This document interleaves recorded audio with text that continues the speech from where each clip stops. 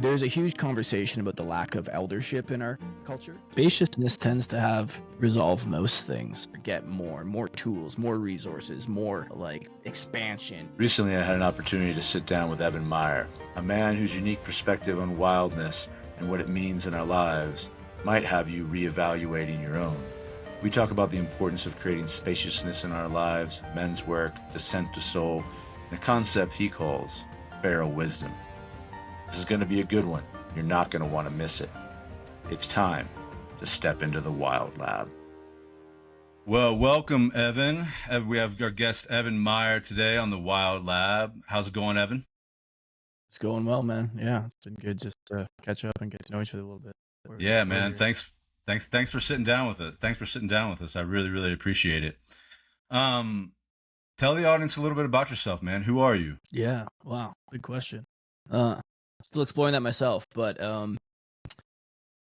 yeah, I'm pretty multifaceted human being. But these days, I'm really interested in exploring this idea of a descent to soul. I help guide people through experiences, generally in wild places. That's where I like to spend a lot of my time, and really exploring like the terrain of soul and psyche and how that applies to our life and our own evolution and initiations as humans. But I do a lot of stuff, in terms of like what I do in the world. I help creators and visionaries, entrepreneurs, and people of that nature, cultural change makers, access their voice and kind of share it with the world. That's a lot of the work that I do.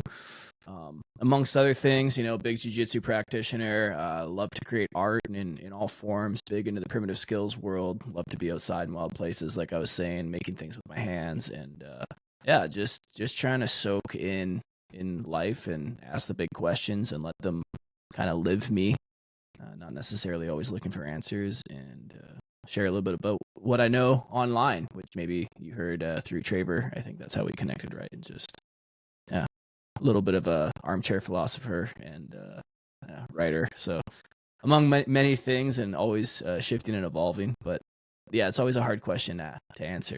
Like who are you? Agreed. It is a very difficult question. So, yeah, I came to know you through Traver Boehm and his work on his podcast, and then checked out some of your stuff on Undomesticated, and which we will get to as well, and some of the feral creator things that you're doing as well, which we can talk about.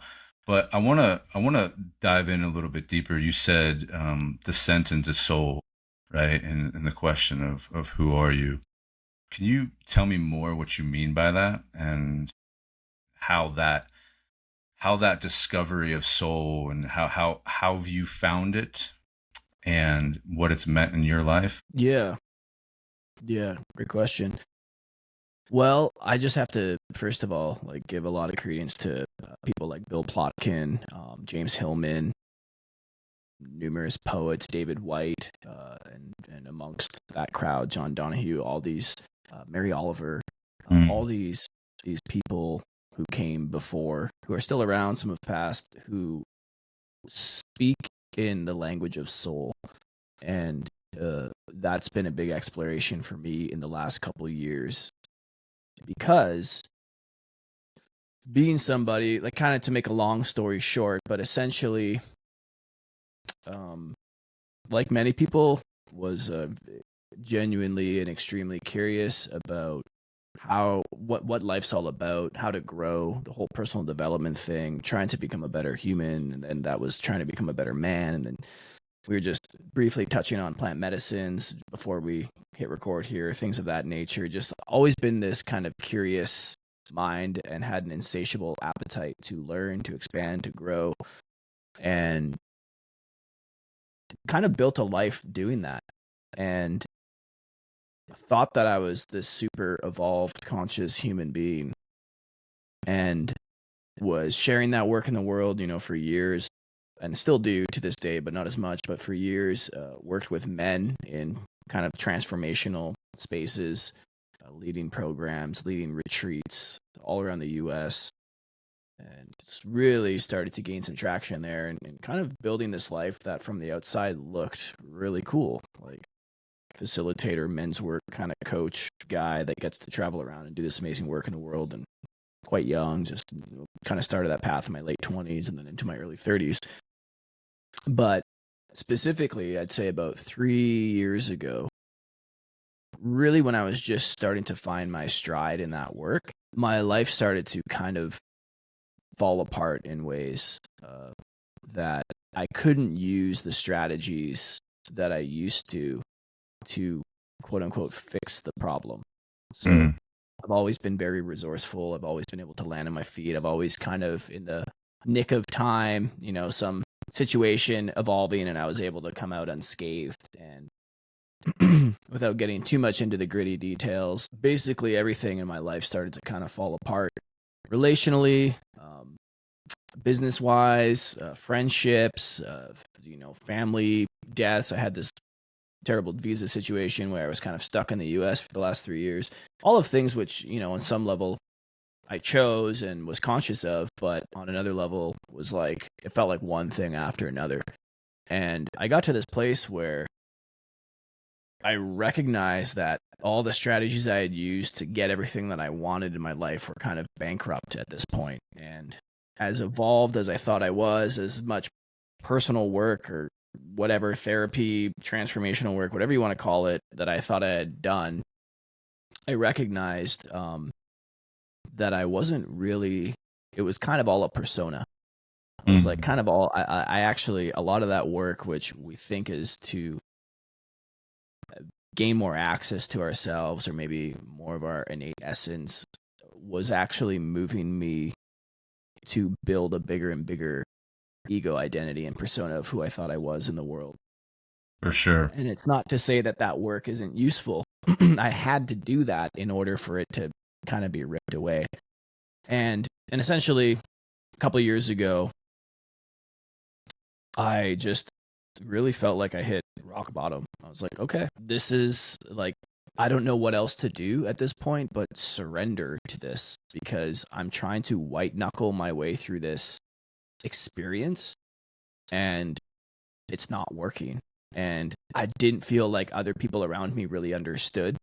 Like they were like, oh, it's just trauma surfacing, or it's this, or you just gotta, double down, or you gotta do this and that. Like they had all these suggestions and all this advice, and I was like, no, there's something deeper happening, some emergent thing that's happening for me that I can't really explain because I don't have the language to.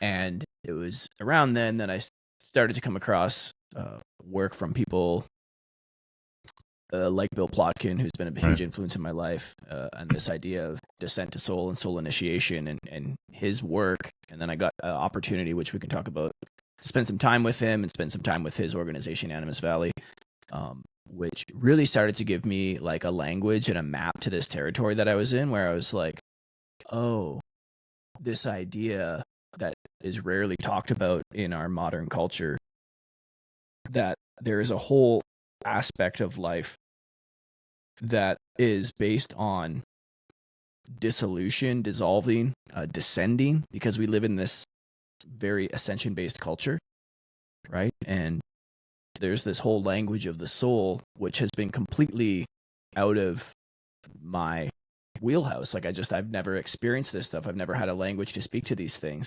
And I started to begin to understand, I started to really see through a lot of like this kind of illusion of the never-ending growth, the never-ending consumption, which has infiltrated, obviously we see it everywhere in society, but it's kind of infiltrated like our own personal journeys as well, where it's like get better, get more tools, more resources, more like expansion, more abundance. Like there's a very much intense, it's like Tony Robbins is like the peak of that, right? It's like loud blaring techno music and everyone fist pumping. It's like, you can create more. Right.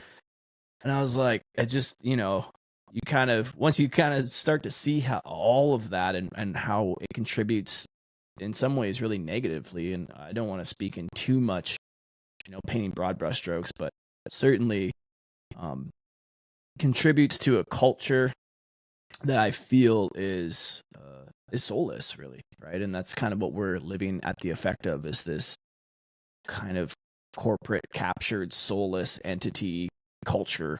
And you begin to recognize that, like, wow, it's no wonder that I was suffering, right? It's like, if you just allow yourself to see it from a sober place for long enough, it's like, of course we're all fucked up and like sick and this, that, and the other. And so what that requires is not going to be born of the same system that created that illness, which is what a lot of this world tries to do. It's like, oh, well, this is a symptom. We're going to provide a solution, more healing, more this, more that, more the other.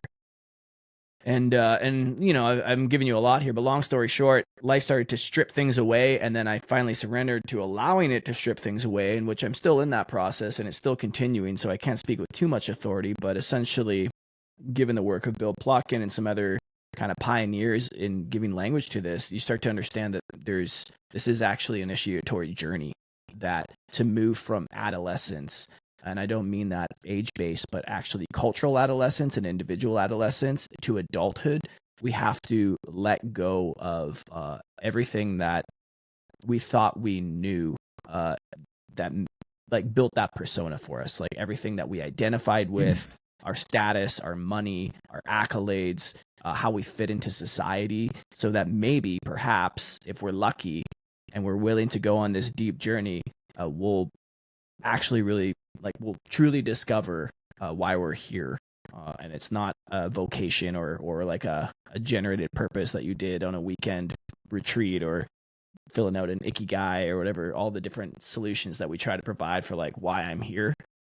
You start to ask those questions and then allow the question to like really work you, right? And oftentimes I find those answers don't come from the human world, right? They come in the deep, wild places, and that's when we really start to understand, you know, what we're going to do, as Mary Oliver would say, with our one precious life.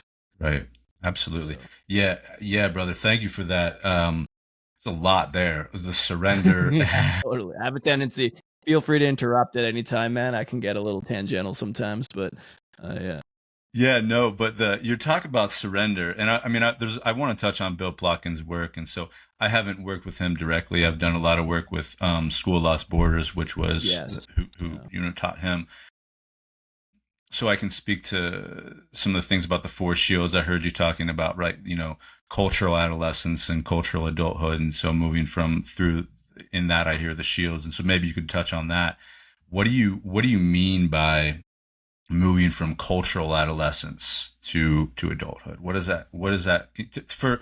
I understand what you're saying, but to the rest of the audience that may not understand what you're talking about, can you explain what you mean? Yeah, for sure. So, and this is like, it's still a realm that I'm exploring, and I just want to preface to anybody listening or watching this, like I don't claim to be in my fully initiated adulthood myself. I would say that I'm more kind of in the chasm, or maybe at the bottom of the canyon on this journey, or somewhere along that route. And just for some further context, like there are a series of initiations that we go through life. Some people might understand this, some not. And yeah, some of them are very practical, like having children or getting married. Of course, those are our cultural quote unquote initiations. And then there's a whole other dimension of initiations that pan-culturally, since for the beginning of kind of culture, essentially for tens of thousands of years, if not more, we've understood, held, and created thresholds for people to pass through these different types of initiations in life as we move through maturity. Intentional thresholds, right? Intentionally, exactly. Yeah. Intentionally. So I'm going to answer your question in a bit of a roundabout way. There's a huge conversation about the lack of eldership in our culture, right? Absolutely. And I don't mean older people, but eldership, like true elders who hold wisdom, who hold knowledge, and who are a part of the community, and where they're held and they're amplified and they're respected and they're revered. They're not just shoved in a home to go die somewhere. And they've always been a crucial part of the fabric of society, because they're the ones who carry the wisdom, who carry the traditions, and teach it to the younger ones. So part of the reason that we lack that, in my opinion, is because we don't have any adults. Now, there's a natural transition. You can't skip adolescent to elder, right? And so, so this idea that we don't have elders, in my opinion, is directly correlated to the idea that most people never mature to adulthood, both culturally and as individuals. So what does that mean? It means that most of us, we kind of mature up into the point where we can figure out our place in society. We can make money. We can pay our bills. We can quote unquote play the cultural game. And then that's about where our development ends. And then the rest of our life is spent. Like maybe we figure that out in our mid 20s, 30s. It's different for everybody, right? Where it's like, okay, I've kind of figured out the game of what we call adulting, but really the game of adolescence play. It's like I can take care of myself. I can handle my own business in life. That's where most people spend the rest of their lives, right? They just continue to chase that game at a higher and higher level. Traditionally, adulthood is, it depends obviously on the lineage or where you get this information, but you actually transition to a point where all of that is no longer required. It's kind of like once you pass through and master something, you let it all go in service of stepping into something that is a little bit more, you could say, like ecologically based, or a bit more broad in the context of how you fit into the greater web of life, both in the human and non-human world. Right. Right. Beyond and human, you perhaps. Yeah, exactly. And then you start to perhaps become someone that would be a worthy ancestor. Right. And then someone that maybe is preparing for eldership so they can transmit their wisdom, their lessons, their teachings, etc., their culture on. But that just doesn't happen in our culture. No, it doesn't. I was reading some. Are you familiar with Francis Weller's work? Yes, of course. Yeah, beautiful. Yeah. I was reading some of that. The Wild Edge of Sorrow recently, and one of the things that he says in there is that the job. And I'm probably going to get this a little bit wrong, but one of the roles of elders in our society is to take grief and turn it into something nurturing for society. Right, turn it into something that we can learn from, and that we can that can provide sustenance for society. And so what do you see, like, with a lack of, and I agree with you, by the way. I mean, I think there is a distinct lack of elderhood and elders in our, at least Western society, and at least in the public sphere, largely in the public sphere. There are definitely some people passing on wisdom. You have to search it out for sure, and you have to find it. But what would you say, like, in your opinion? And I understand, you said you're maybe at the chasm of this initiation. That said, from your perspective, what happens to a society without elders? Like, what are the ramifications of not having elders in a society? Yeah, I mean, I think we're in the midst of it. I think we get to witness it every day. And that's not even a political statement. It doesn't really matter which side of the fence you fall on. It's just like, that's just the nature of, look at the leadership in the world that we choose, because it's in leadership by politics or like, what do you mean? In general, you know what I mean? But I mean, it's such an easy and obvious observation, especially here in the United States, to see, like, this is the product. It's adolescent. It's infighting. It's childish antics. It's bullying. It's you know what I mean? It's revenge. It's all of these, just really, like, you can feel the child consciousness in our society, in the way that people are just so deeply polarized and disassociated and lacked nuance and lack just reasoning, or even coming to a conversation and having like being able to hold complexity and difficulty.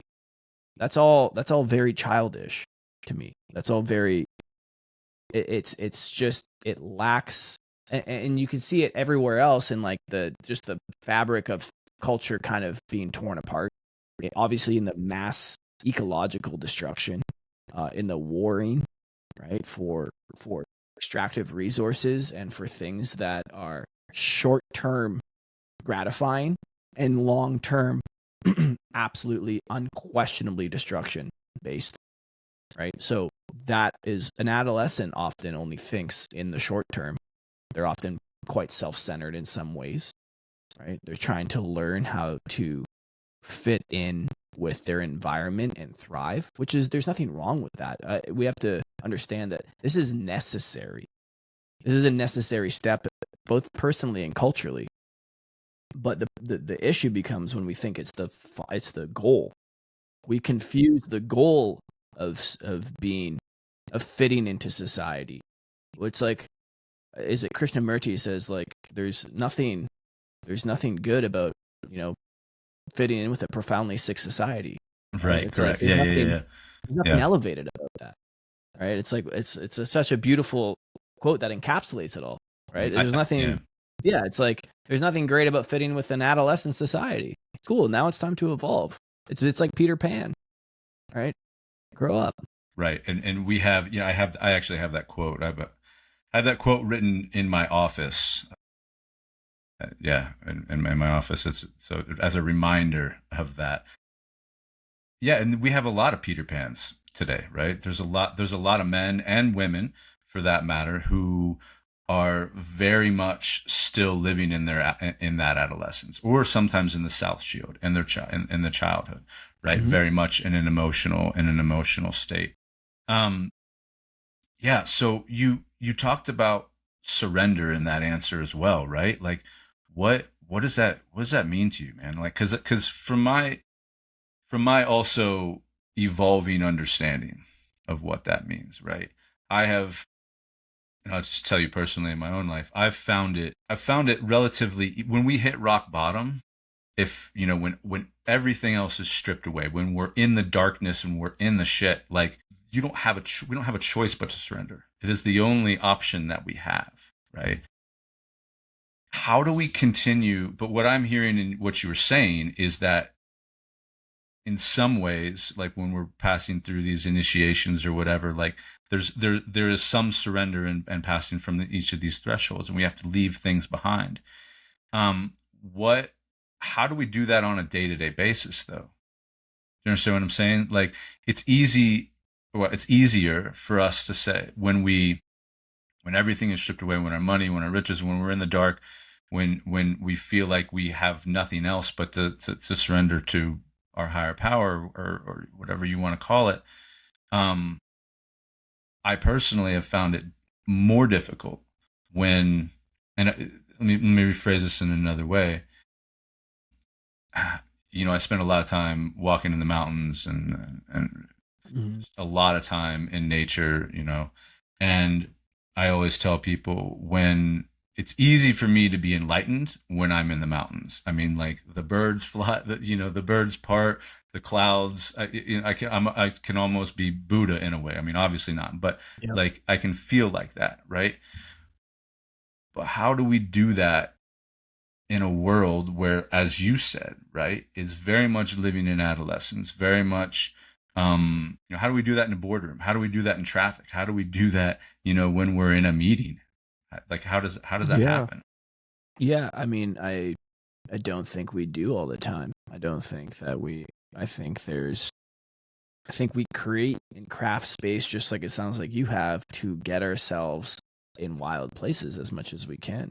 So there's a friction here, right? And not all of us are resourced enough to just kind of being like, okay, well, this thing's happening, I'm just gonna rip the cord and quit my job and go and live in the mountains. Like, we don't get that's not reality, right? And so much of this, I think, for me, has been, like, I am doing the things, and maybe not in the boardroom, but I am sitting in traffic. I am dealing with I'm in the grocery store with the fluorescent light, and it's weird that I'm in the produce section that you can't smell any of the food, even though it's all fresh fruit. That doesn't make any sense to me. Like, you know what I mean? And you start to, like, recognize, like, this is actually doesn't feel that good. Like, this is, and maybe there's decades where you weren't even fully conscious and aware of the impact that all this had on you. And it's not about severance completely and walking away from your life with the explosion in the background, as much as we wish it could be that way. But I think for a lot of people, we have to titrate. We have to make more space available in our lives and start to take stock of, like, what is it that I'm really committed to in my life that makes all of this necessary? Because oftentimes we're also active participants in all of this. We're not just victims of the world. We're the ones that are taking out $500 car payments, and we're the ones that are living in places that we don't necessarily can afford, and we're the ones that are taking on credit and getting ourselves ensnared in jobs and things of that nature that keep us inside this system, right? And so part of it is actually taking stock and responsibility of our lives, where it's like, what do I actually want to make space for in my life? And that's the piece that I was sharing. Like, some of us have children. You can't just, same thing. It's like, that's a real responsibility. And so if we're genuinely interested in discovering maybe our soul's essence or why we might really be here, it's going to require some reorchestrating of our life and our responsibilities. And it's a willingness to say yes, because we can only surrender as much as we're available to. We can say we're fully surrendered, but then we turn around and we look at our calendar and it's full, like, we're not surrendered at all. Right. And so that's something that I'm balancing in my own life as someone. Yeah. Like, I have responsibilities. I have things that people that I'm accountable to. And I try as the best I can to carve out time in my life where I can go and access and be with some of these deeper musings that want to move through me, right? And these crossing these thresholds, creating ceremony in my life, finding time to really go deep. But it's not, I think that friction of like, oh God, I'm still caught in the quote unquote matrix of it all, is like, that's part of it as well. And we're kind of, I don't think the point of all of this is to reject all of that. Maybe learn how to reconfigure our relationship with it. And perhaps even if we're kind of more coyote, like, how do we exist in this system and affect the change that we want while at the core of it? Right. Yeah. And that's always, I thank you for saying that. That's always oftentimes the pushback that I have, with within my own self, for that matter, the part of me that just wants to run off to the woods and live ferally and, hunt and fish and just live off the land, as a, in response to the matrix, in response to feeling oppressed by it. But if I were to do that, which I'm not going, I have done at certain points in my life for sure, definitely. But that too is allowing the matrix to rule your life in a way. Yeah. And it's in opposition.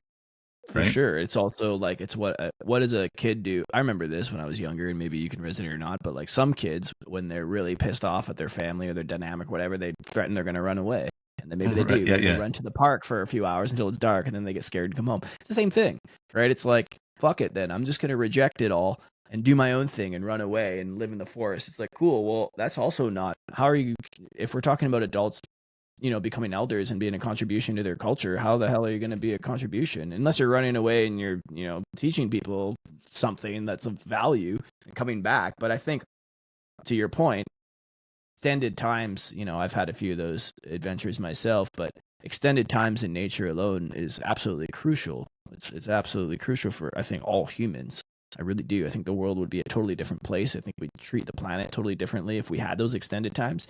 But also, just like any hero's journey, you got to reap the gold and then come back and share it with people. Absolutely. Yeah.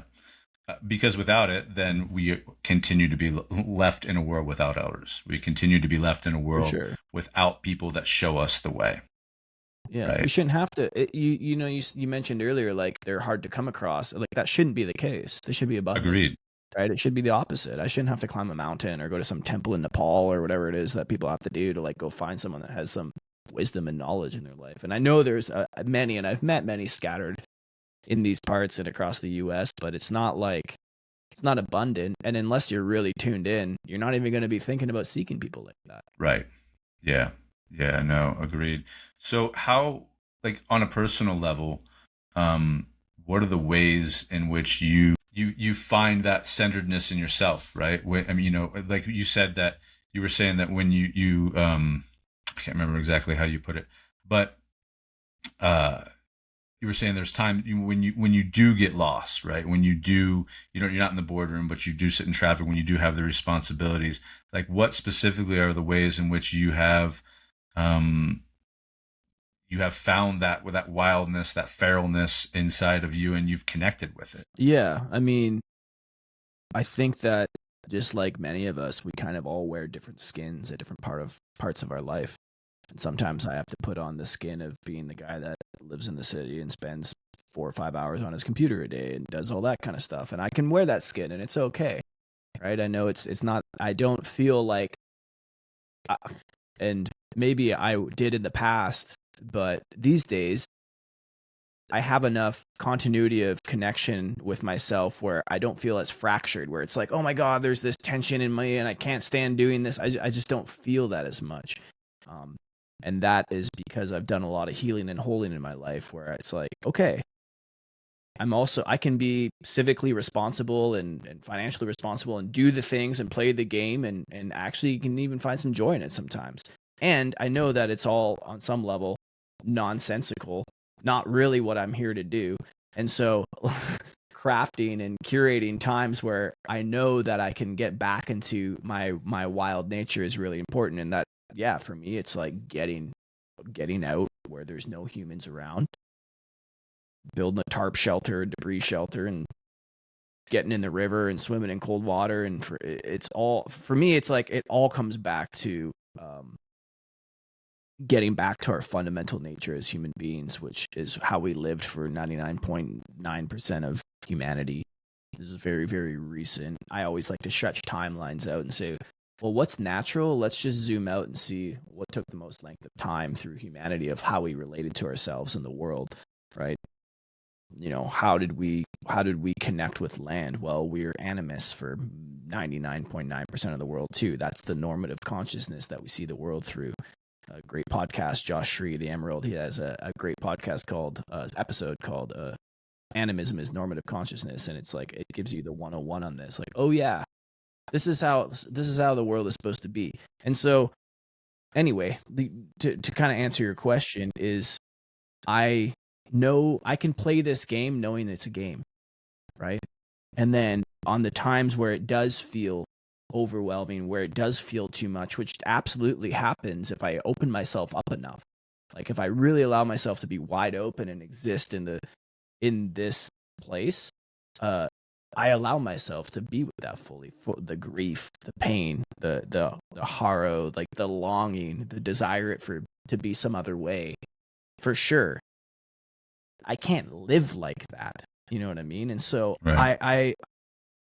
There's a tendency for us to just want to be more and more, or not all of us, but some people, as you start to open, like be more and more open and more receptive and more, and like just feel everything. And it's like, yeah, to a point for sure.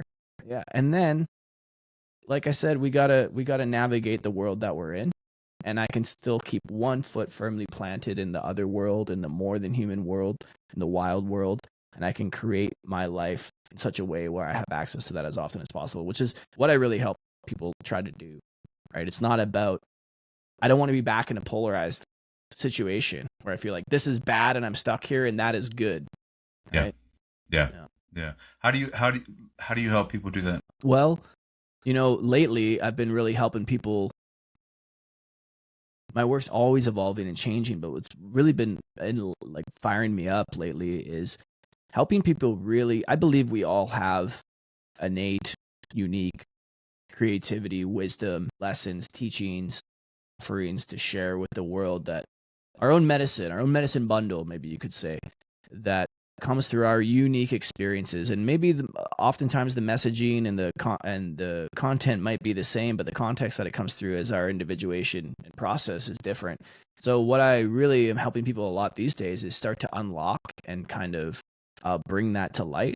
And then learning how to serve that in a world that people will be receptive to, that people will want to exchange with them for, like, and start to build a business actually giving their medicine to the world.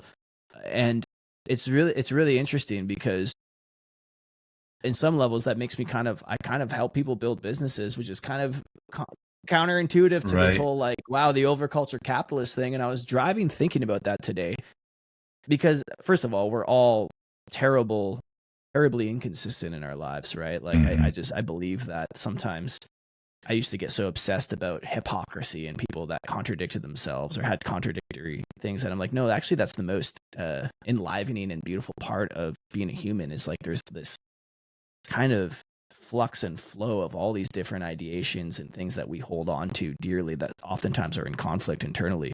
And that's what makes people so unique. But I was thinking, like, what better gift to the world than everybody being able to thrive and make a living and get by here, giving what's uniquely theirs, right? Like giving their true medicine to the world. And of course there's always going to be an exchange for that. And it's so the antithesis to like corporate one size fits all, like generic, whatever, big everything, big whatever it is. You know what I mean? And so that's really my work in the world right now, at least in this season of my life, is to really help empower people bring that about themselves, because it's something that I did that has given me the spaciousness and the time and the flexibility to get out into wild places so I can connect with myself, so I can bring more gifts back to the culture, etc. And it's kind of this, flywheel of sorts. Yeah, I appreciate that. I mean, I specifically appreciate that because I can tell you the contradictoriness between, or contradiction between business and nature, or returning to soul. They do seem at odds. And I think in my own life and my own narratives that I used to play out, they definitely were. Which I think is why I've gone down the different routes in which I have, and I mean, I'll just tell you personally, like, um, you know, as I was growing up, the only models of businessmen or businesswomen that I saw were people who were fully disconnected from themselves, from nature, from everything. And so I saw that as not a path that I wanted to go down even remotely. So I became a horse trainer, and I trained horses for like 15 years. And then I became a college professor, and really, becoming somewhat anti-capitalist, and, going down to lots of these philosophies and theories, reading lots of Marx and all sorts of things. Yep. And then over the past probably decade or so, maybe 8 years, I started running into people who were very successful in business, and also very grounded and centered and connected. And we're doing good things in the world. We're actually making the world a better place. Yeah, they were making money, but I wasn't, but they were also, making people happy and planting trees in some cases, and conserving land, and what they can do with money. You know what I mean? Like we conflate right. making especially a lot of money. And there's so much layers of nuance. I don't want to get too much into it, but we conflate like making money with somehow it means that you have to be doing something bad, which is because we learned that way.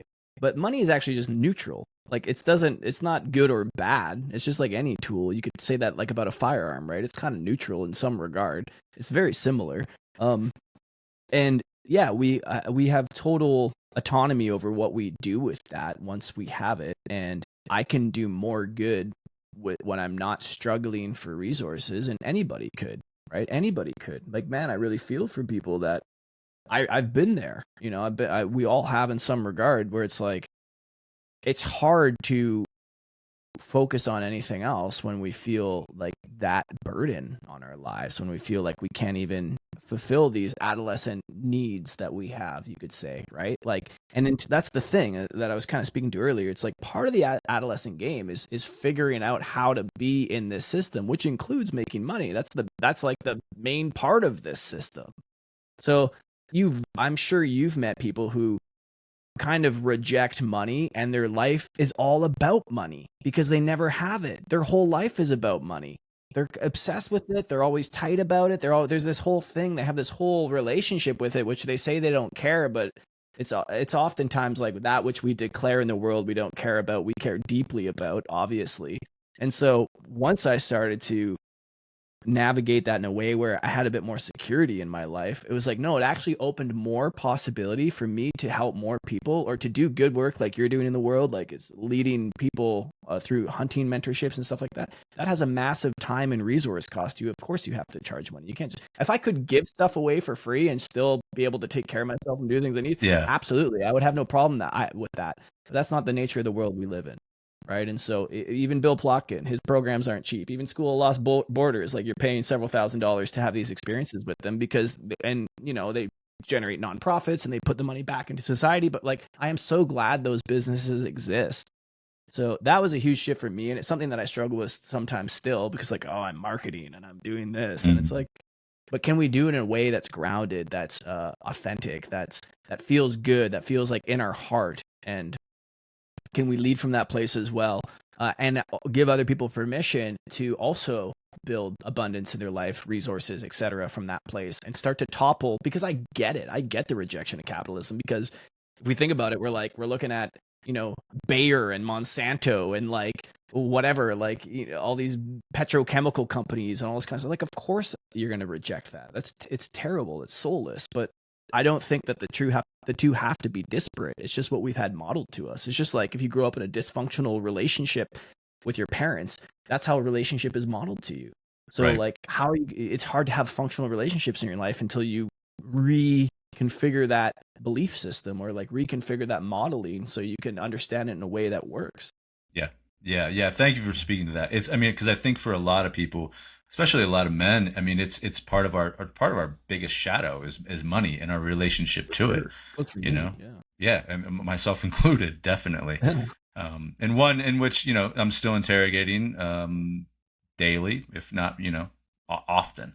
You know, can we switch gears just a little bit? Sure. I want to talk a little bit more about because I want to talk a little bit about like your idea of feral wisdom and like where this comes from. If you could explain what that means and maybe how you came about it, what it means to you, and like, you know, how it shows up in your life and perhaps how it can help other people or how you think it might. Yeah.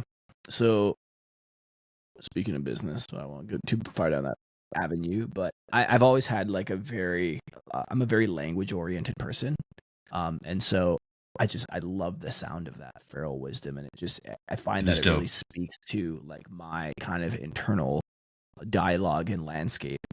And, you know, I believe that we're kind of always in relationship with a muse of some type, especially in the creative sense, that there's mystery is always kind of speaking to us in some way if we allow ourselves to be open and receptive enough. And so so much of the time we spend looking for wisdom, looking for teachings, looking for answers like outside from others, from mentors, from guides, etc., elders, whatever. And all of that's great and it serves a purpose. But so much of our innate knowing, our kind of that gut feeling, that undeniable language and creativity that could only come through us, we all contain that. We just kind of are cut off with that oftentimes. Right? We're cut off from this like deeper intuitive knowing, this deeper wisdom that the world really needs. Like it's medicine for the world. And I always say like we're more of a conduit for all of that rather than the source of it. A hollow reed. Our relationship. Yeah, opening ourselves to the muse who, like I said, we're going to bring it through our own context based on our own history and our own just soul's essence. But there's so much that wisdom that the world wants to birth through us as individuals, in my opinion. And the feral piece is like, for me, there's a wildness to it because it's instantaneous, it's spontaneous, it's real. And that's in my life where all the magic happens. Like when I create, it's almost like manically these days because I just get locked in, I get tuned into something and it just like, it takes me over. And so that is activated most when I'm in the most wild places. Like I was out with, are you familiar with Boulder Outdoor Survival School? Maybe you've heard of them, maybe you haven't. Yeah, no, I'm familiar with the work. I haven't participated in any of the programs, but I am. Yeah, Yeah. So, for anyone listening, and if you've heard me on other podcasts, you've definitely heard me speak about this, but they lead these beautiful primitive expeditions kind of in the back country in southern Utah. Long ones, like 7, 14, 28 days plus. They've even done longer courses in the back, and they've been doing it in the past, and they've been doing it for a long time. And it's all primitive, no modern tech, no sleeping bags, no nothing. You build all your own. You have a knife, you have some water bottle, a little bit of water treatment, a couple pairs of clothes. That's about it. And you go there and you just live off the land essentially for a month, and you get some rations to help you out along the way, but you lose a lot of weight. I lost 20 pounds, and I'm not a big guy. 20 pounds in how long? 28 days or 30 days? Yeah, that's a lot in 28 days. Yeah, dude, it was full on. We didn't eat for like a week, but but anyway, all that being said, out there, like, they let you bring one of those little field notes books. Have you ever seen those little tiny field notes and pencil? And man, the amount of stuff that was just like coming through me out there when I wasn't distracted by screens. There was no noise pollution. There was no light pollution. I was vividly dreaming from the moment I went to sleep until the moment I woke up. I'm sure you've experienced this in the backcountry sometimes, where it's like as soon as you get out there, it's just, I'm sleeping right under the stars. There's nothing above me, right? Except for the odd time I built a shelter, but many nights I just slept right on the dirt.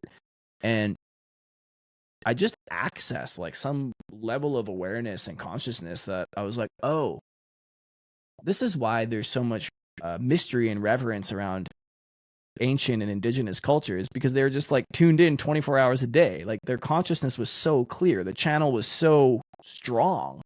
Of course, they had all this mythos and wisdom and all these traditions, and the plants talked to them, and they knew how to mix them in this configuration in order to heal this thing or to give them some sort of psychedelic intuitive like journey or whatever it is. Like, where did they get all this information? Oh, the plants told us. People are like, what the fuck are you talking about? Right. Like, yeah. No. Everything talks to you out there. You know what I mean? You just got to reduce all the noise. And so the feral wisdom is like a big part of that. It's like there's this access to this wisdom that it's ancient, that we've known our whole lives.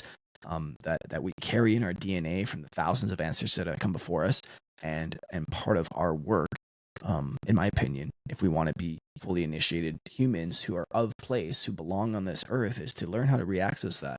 And for me, the fastest way to do that is to get into these wild places again, and to start to engage in these practices that are like we remember. I'll share like a little story, very short, but the first time that I processed an animal, I remember. What kind of animal was it? Can I ask? I think the first thing I did was a sheep. I'm pretty sure. Okay. I've done a bunch of sheep for some reason, but I've done all different animals here and there, some roadkill, some deer, all sorts of stuff. But I think the first one I did was ever a sheep, like, and I remember domestic sheep. Yeah, we slaughtered it, and and then just doesn't matter. I just want. Yeah. It wasn't wild. I wish it was. No, I haven't had that opportunity yet. But I remember like running the blade, like the guy was showing me kind of, this is where you cut it and this is what you do. And I remember just being like, as the blade was running down it and we were skinning it, I was like, I've done this. Like, it felt so natural. And I'd never done it in my life or anything even close. I never butchered anything. And I was just like, this feels like I've done this 1,000 times. And in some level I have. The men who came before me in all these generations, they had to be proficient hunters. They had to be, or else I wouldn't be here. They're the cream of the crop. They're the people that made it through. So we all come from a lineage of hunters for hundreds and hundreds of generations. And they've ran, whether it was stone tools or whatever it was, or a steel blade in more recent times, through the flesh of an animal in probably a very similar, if not the same way. There's not many variations to this process. Yeah.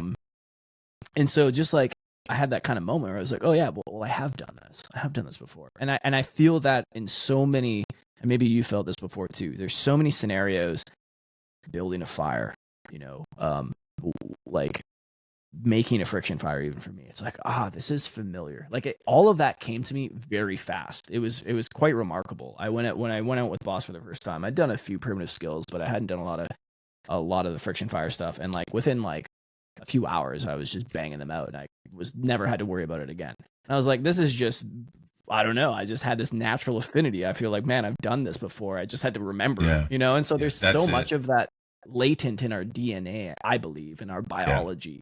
It is. It is. Yeah. You're right. It's a remembering. We've forgotten we've forgotten those skills, and we've forgotten that wisdom, like you're talking about, right? We've forgotten how to be in touch with our heart, with our intuition, with that inner knowing, right? And also, like you said, it's also the very physical things, running the blade through flesh. I mean, those are very visceral things that can remind us of this right here, of that intuition, and it can reconnect us to us. Yeah.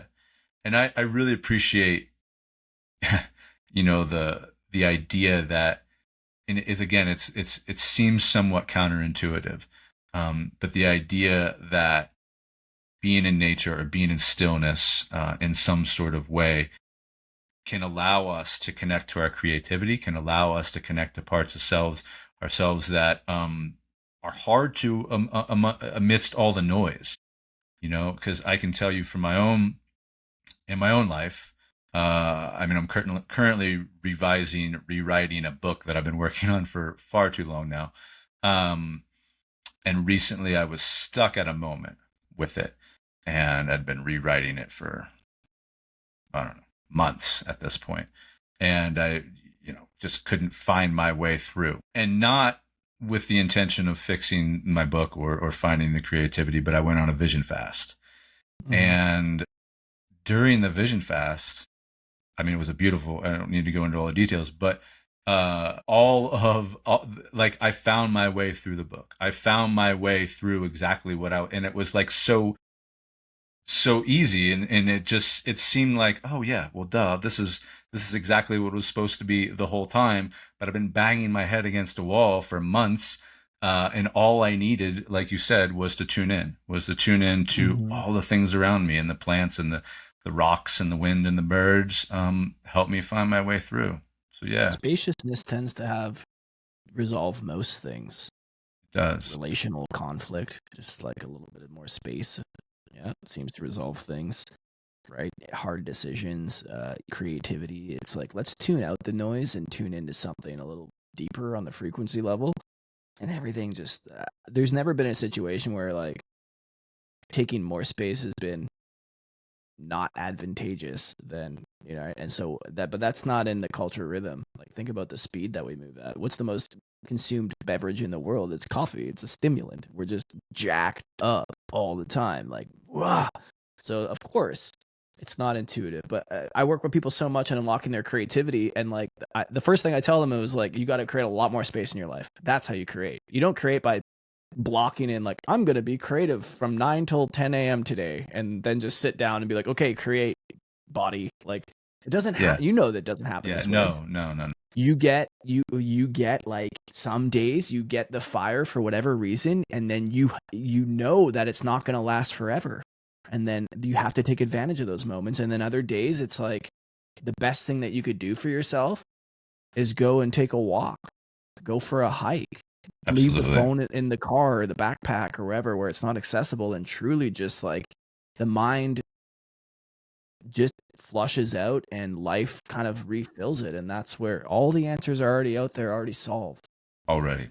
Yeah, I teach creative writers in my other life. And mm-hmm. That's something that I tell them all the time, is that, let it sit. Like, you have to step away from it. You have to like distance yourself from it. Go take like you said, go take a walk, take a hike. I mean, ride your bike if you're in the city. Like, do something besides looking at that paper or looking at that screen, because you're not going to fix it in that way, right? No, you're not. And everything's a creative problem. You know what I mean? Yeah. Like, everything needs our ingenuity and our creativity to approach it with, to get a result that's advantageous for everybody. And so like, that's just what we need in general, whether it's a specific creative project or like our life as a whole. Vision fast, things of this nature are incredibly powerful. That's really what they're for. It's like creating this spaciousness to allow life, the emergent properties, to allow what wants to come through you next. Right. To create allow life to happen. It's a creative process, essentially. I mean, among other things, for sure, but it's that, right? Yeah. Yeah. Creating the space to allow life to happen. Absolutely. Yeah. And I appreciate it. It's a remembering of how to do that, right? Because it seems hard, because like you've said a number of times, it seems hard for in a society that wants us more and more to even, like you said, in the spiritual worlds or men's work worlds or whatever, where it's like, I'm going to be the best healer. I'm going to heal the most. I'm going to vision fast the best. I'm going to, do all these things, Exactly. which is It's ridiculous, like, but also what an outrageous happens. statement. I'm gonna vision fast the best. I'm gonna Right. win at vision fasting. Like, you know what I mean? Like, but that's, it's not our fault. Like, that's how we've been literally pitted to like think everything is some level of like, how can we do it better? When the truth that I found over time is, how can I actually let go of more, so I can kind of just, coming back to that piece around surrender into the moment of like what wants to happen through me, and that perhaps maybe that I'm not actually fully in control here. And if I allow myself to relieve myself of that responsibility and duty, actually life becomes a little bit more enthralling. It becomes a little bit more magical. It becomes a little bit more spontaneous, because I'm not always in the driver's seat, and that's a bit more fun. It's kind of more fun to be taken on a ride than to be the one driving all the time. Like, where are we going? Where, it's like a surprise, Yeah. know? Yeah. We could use a Yeah. bit of that. Absolutely. And a lot of the work that we do is with men, and that's a huge piece right there. And it's because it's been a huge piece for me, which is giving up control. And when we take people into the woods fishing or hunting or whatever, like, you have to give up part of the control, right? I mean, we can prepare and prepare and prepare and know our skills and do all the things, and all those things are important, and all those things are necessary. But at the end of the day, like, Can't be attached to an outcome. no, the fish is going to bite, or it's not. The bear is going to Yeah. come out in the trail, or it's Or it might not. not. It might not, and we can't control that, and also, it doesn't matter whether or not it does or not, because we're still doing the thing. We're still out there. We're still experiencing. We're still connecting to parts of ourselves that we weren't in the boardroom or in the traffic or, wherever it Sure. is, and so Yeah, that's I imagine what actually matters. for a lot of people, a trip like that where they don't have success could be incredibly an incredibly deep learning process about our relationship to attachment and outcomes, and trying to control Absolutely. situations where it's like, like the whole point is to go out for that thing. It's like, well, if that's where you live from, then you're gonna miss a lot of what happens along the way, and like all the beautiful moments. Yeah. Yeah. You're going to miss. And that's the beautiful thing about fishing and hunting and all the times in nature, is that, like, it's not about the outcomes. Because if you do, like you said, if you make it about the outcomes, you miss the sound of the river, you miss the beautiful sunsets, or even just like the lupins growing up, you miss the beautiful things that, as you're walking by. And yeah, that's an important thing for the work that we do, especially, is that, like, we can't guarantee that you're going to harvest anything, but we can guarantee that you're going to get something, right? For sure. And that comes from nature, and that doesn't come from us. All we can do is help walk you out into it, right? Yeah. Well, I just have a couple more questions, Evan, and so Sure. I really appreciate this conversation, man. One, which is something that I ask everybody, and you've kind of answered it, but I'm going to ask it more directly now, which is, what does it mean to be wild to you? Yeah. Well, I think on an individual level, to be wild is to be fully self-expressed. Like, our wild nature might be different from somebody else's, but there's this piece around the full capacity to be expressed in our innate beingness. There's a wildness to that I love. And then, yeah, I think to be truly wild as a human is to be connected to place, is to know maybe a bit about your watershed or the plants around you, to be connected with that long lineage of ancestors that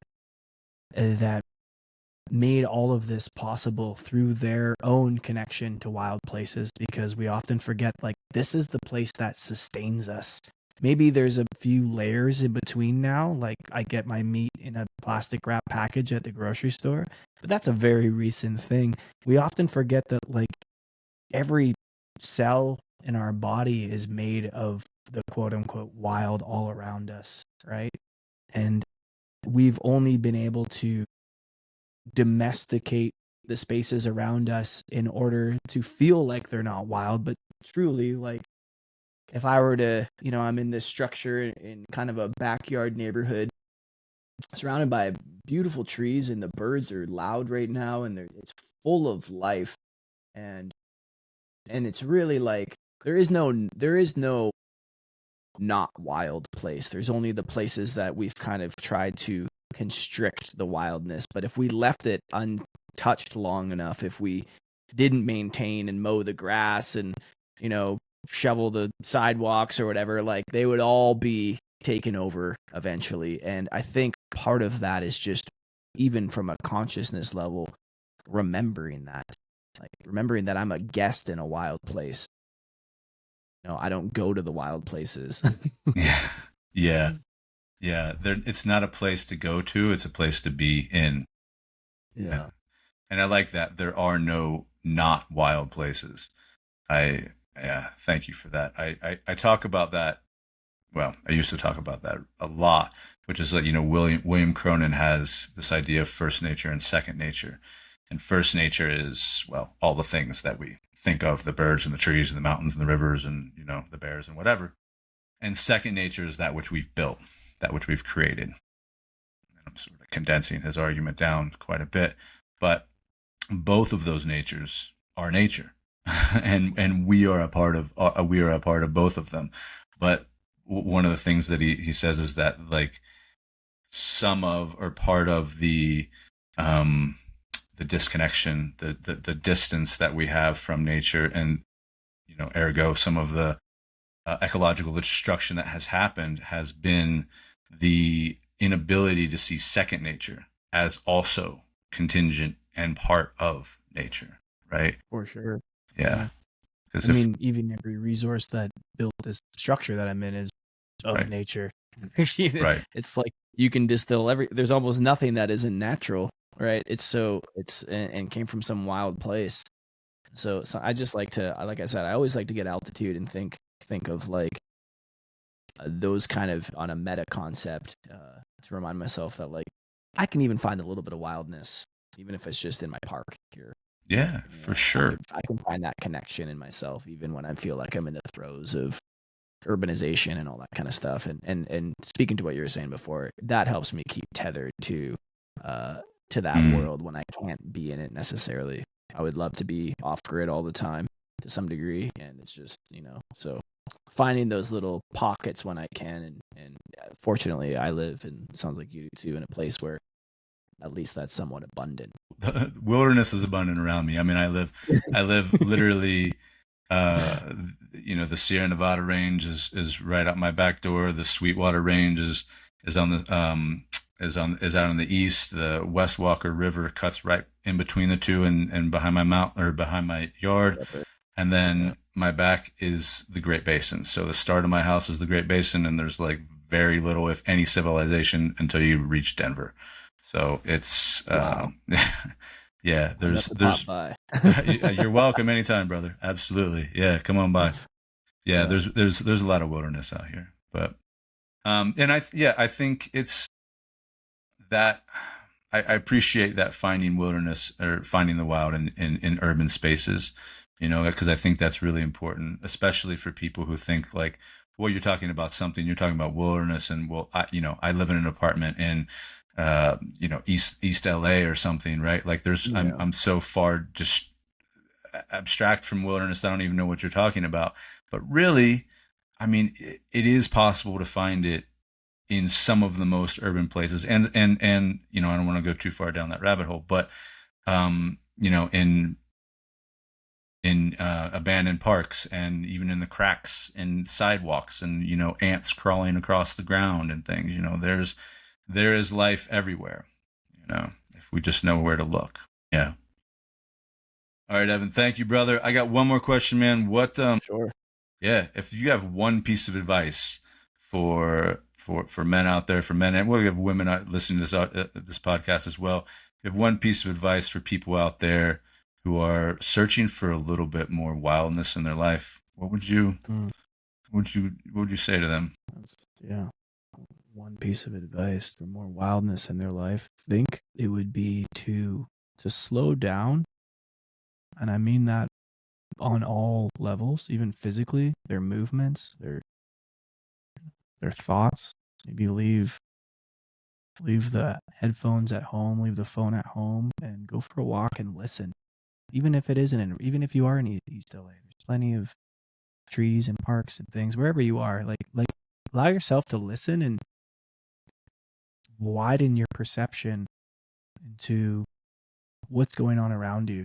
Right? Like I walk through my neighborhood here, and there's dozens of different bird calls that I wouldn't even begin to be able to name what they are. And perhaps even if I spent taking my own advice, like a morning, just observing them and looking at what bird has what call and what colors it is, and things like so simple. We can refine it to so simple, or like ID the nettle that's in your ditch or something. You know what I mean? Like it's Yeah. this type of way where we can slowly start to build a relationship with the more than human world, the things that we often stomp on with our hiking boots and just don't even pay attention to. It's like, I think of a child and their curiosity when they're in a backyard even or somewhere, and they're wanting to interact with every single animate being that's around them, whether it's tree or ant or bug or bird or whatever it is, and there's like genuine curiosity. I think if we approach life with that level of curiosity and reverence, the wilderness will recognize is just always right there in front of us. Thank you for that, brother. Yeah, how can folks find you, man? Where can we get more Evan Meyer? For sure. Yeah. So evanmeyer.co. Meyer's like Oscar Mayer, Meyer. Evanmeyer.co is my website, and you can sign up for my mailing list there, which is where I do most of my talking to people, like a lot of writing, just short little 3 or 4 times a week. I just send short little thoughts and ideas, things I'm thinking about. People tend to really love it. And so that's a great place to start. And then on socials, you can find me pretty much everywhere at I am Evan Meyer. And Instagram is the place where I hang out most. But there's lots of other places that you might see me starting to pop up on as well. So, yeah. Right on. Thanks, brother. I really appreciate you sitting down with me and chatting. It was a pleasure. Yeah, Ned, likewise, man. Great to meet you and great to be here with you. Absolutely. All right. We'll catch you later. All right. Yeah, you bet. Thanks for listening to The Wild Lab. If today's conversation stirred something in you and you're ready to connect to your own inner wildness, then check us out online on Instagram at Step Into Your Wild, or go on over to www.stepintoyourwild.com to learn more about our coaching services and wilderness academies offered through Walker's School of the Wild. Look, this is real work for real people who want to live with more clarity, more purpose, and more strength, but you don't have to figure it out alone. Let's walk this road together. Until next time, stay curious, stay connected, and stay wild.